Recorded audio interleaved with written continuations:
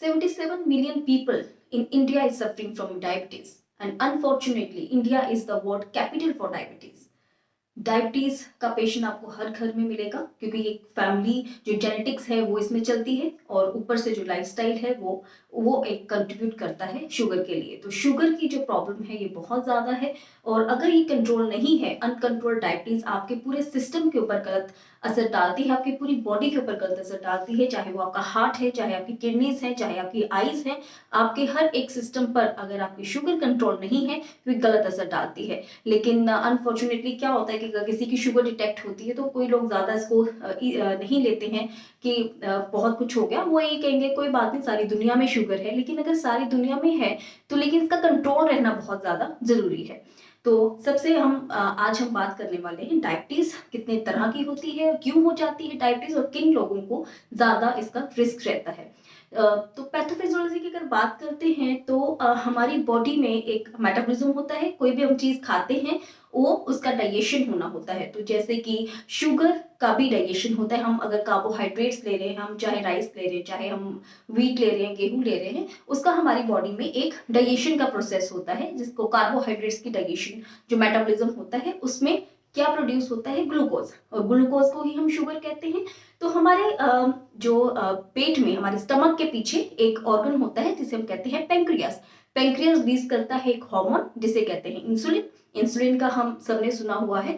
तो pancreas is the organ which releases insulin, और insulin का काम होता है जो कार्बोहाइड्रेट्स का मेटाबॉलिज्म हुआ है वहां से जो ग्लूकोज प्रोड्यूस हुआ है उसके साथ अटैच होकर बॉडी के सेल्स में उसे ले जाना जिससे कि एनर्जी मिल सके। हमारा कोई भी बॉडी का जो ऑर्गन है, कोई भी बॉडी का जो फंक्शन है वो बिना ग्लूकोज के नहीं हो सकता है, बिना एनर्जी के नहीं हो सकता है। तो जब इंसुलिन ग्लूकोज के साथ अटैच होगा वो सेल्स तक लेके जाएगा जिससे कि एनर्जी प्रोड्यूस होगी।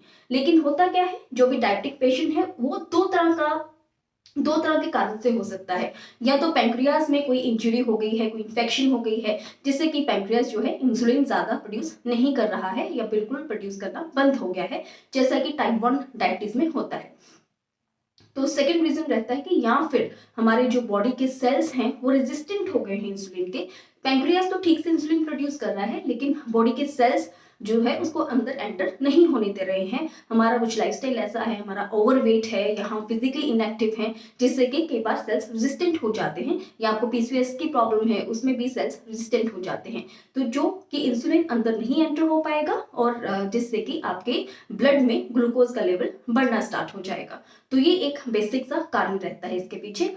तो अगर हम देखें कौन रिस्क फैक्टर्स किस किस को है, किस में ये प्रॉब्लम होएगी, तो सबसे पहले जेनेटिक्स। अगर आपके पेरेंट्स, आपके ग्रैंड पेरेंट्स को डायबिटीज का इशू है तो ज्यादातर केसेस में आगे ये चीज जाती है। अगर आप अवेयर हैं कि आपकी फैमिली हिस्ट्री में है ये तो आप एक्सरसाइज करना स्टार्ट कर दीजिए और अपने डाइट पे आप कंट्रोल रखिए।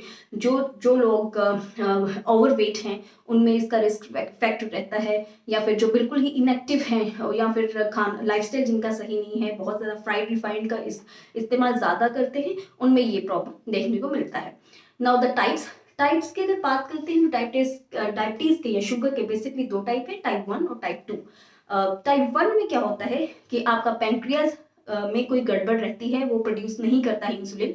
तो इस कंडीशन में ऐसे केसेस जो हैं पूरे विश्व भर में सिर्फ 10% है। टाइप 2 जो है वो बहुत कॉमन है। 95% जो पॉपुलेशन है वर्ल्ड की वो टाइप 2 से ग्रसित है। टाइप 1 जो 10% है उसमें आपके पेनक्रियाज पे कोई इशू रहता है जिसको हम इंसुलिन डिपेंडेंट डायबिटीज भी बोलते हैं, क्योंकि इसमें आपको इंसुलिन बाहर से इंजेक्शन लेने पड़ते हैं क्योंकि अंदर कोई सोर्स नहीं है कि हम इंसुलिन प्रोड्यूस कर सके। तो ज़्यादातर केसेस में इंसुलिन हमें लेना ही पड़ता है, सारी उम्र लेना पड़ता है।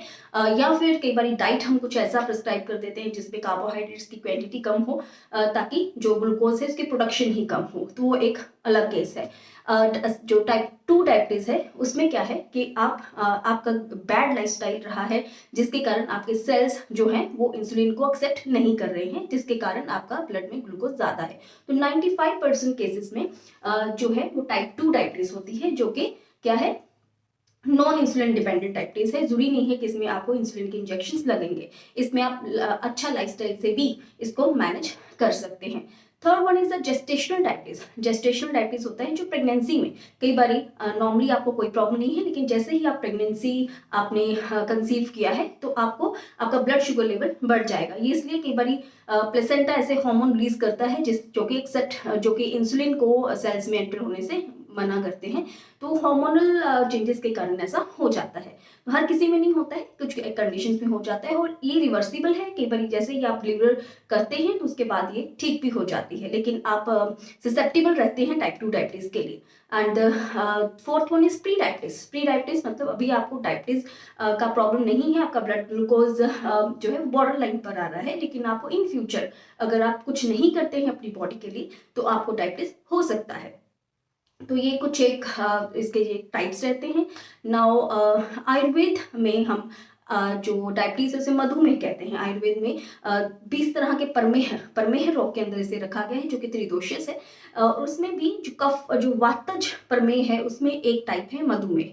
तो मधुमेह है, त्रिदोषियस है और इसमें बहुत ही अच्छा एक बताया गया कि किस किस को डायबिटीज हो सकता है। उसमें है आस्य सुखम। आस्य सुखम स्वपन सुखम दधिनी ग्राम्य ओदक अनुपस्य पप्यासी नवा अनुपानम गुड़ वैकृतम च परमेह हेतु कफ कृच सर्वम। इसका मतलब आस्य सुखम जो कि हमेशा लेटे रहते हैं, ज्यादा एक्सरसाइज नहीं करते हैं या कुछ खा पी के बस सो जाते हैं, उनको रिस्क रहता है आस्य सुखम। स्वपन सुखम जो कि सुबह का टाइम पे भी सोते रहते हैं या ज्यादा रेस्टिंग मोड पे रहते हैं, उनको डायबिटीज का खतरा रहता है। ददनी जो कि ज्यादा दही दूध का इस्तेमाल ज्यादा करते हैं, उनको रिस्क रहता है। और साथ में मांस वगैरह का जो ज्यादा सेवन करते हैं उनको ये प्रॉब्लम रह सकती है।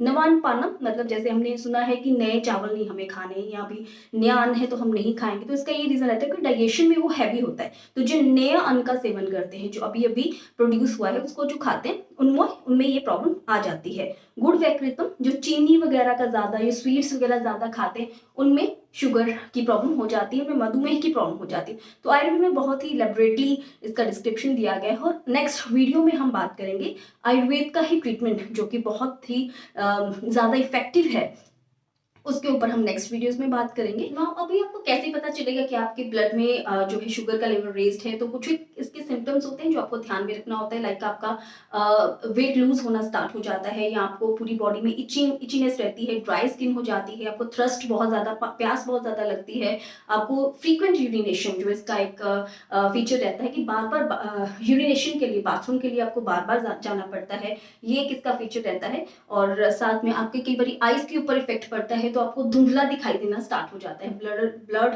विजन रहती है, या आपको जो इन्फेक्शंस है वो बार बार होना स्टार्ट हो जाती हैं, आपके कहीं चोट लग जाती है तो वहां जख्म आने में बहुत टाइम लगता है। तो कुछ एक सिम्टम्स है, अगर आपको इनमें से कोई भी सिम्टम रहता है तो आपको अपना ब्लड शुगर लेवल फटाफट से चेक करवाना चाहिए। और डरने की बात नहीं होती है, बहुत सारे ऐसे प्रोसीजर्स होते हैं जो कि हम नेक्स्ट वीडियोस में बात करेंगे, कैसे इनको हम डाइट से या फिर जो ट्रीटमेंट रहता है आयुर्वेदिक उससे कैसे कंट्रोल कर सकते हैं, और कैसे जो इंसुलिन है या फिर हाइपोग्लाइसेमिक पिल्स होती है उनसे कैसे हम बच सकते हैं। Thank you.